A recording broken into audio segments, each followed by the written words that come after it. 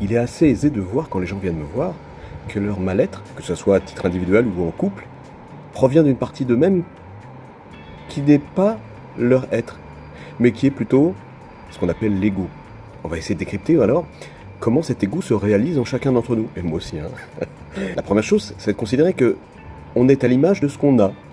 Plus on obtient, plus on a, plus on possède, et plus on est. Ça, c'est une croyance typiquement égotique.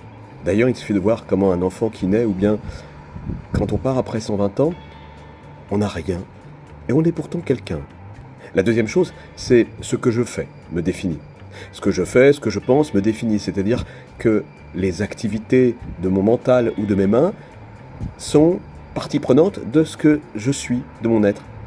Or, c'est pas parce que je suis arrêté à regarder, à contempler ce qui est que je perds mon identité, je perds mon être. La troisième chose, c'est de considérer le regard des autres. Que je vis au travers du regard des autres, que je ne me déplace dans le monde, dans l'univers, dans mon être qu'à travers le regard des autres. La réputation que j'ai, ce qu'on va dire de moi, en bien ou en mal d'ailleurs, ça n'a aucune espèce d'importance. L'important, c'est qu'on parle de moi. La quatrième, c'est la notion de séparation avec les autres. Si je suis séparé, alors je peux considérer que lui il est plus grand ou plus petit. De toutes les manières, il est différent. Et puis, comme il est différent, je peux le détester tranquillement.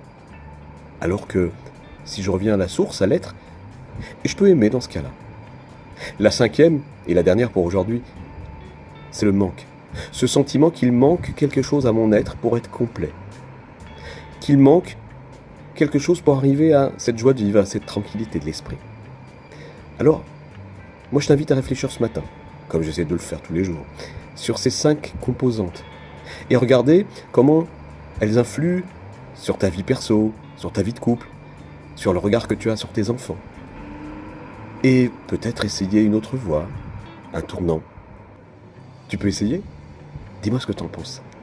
À bientôt, bye bye.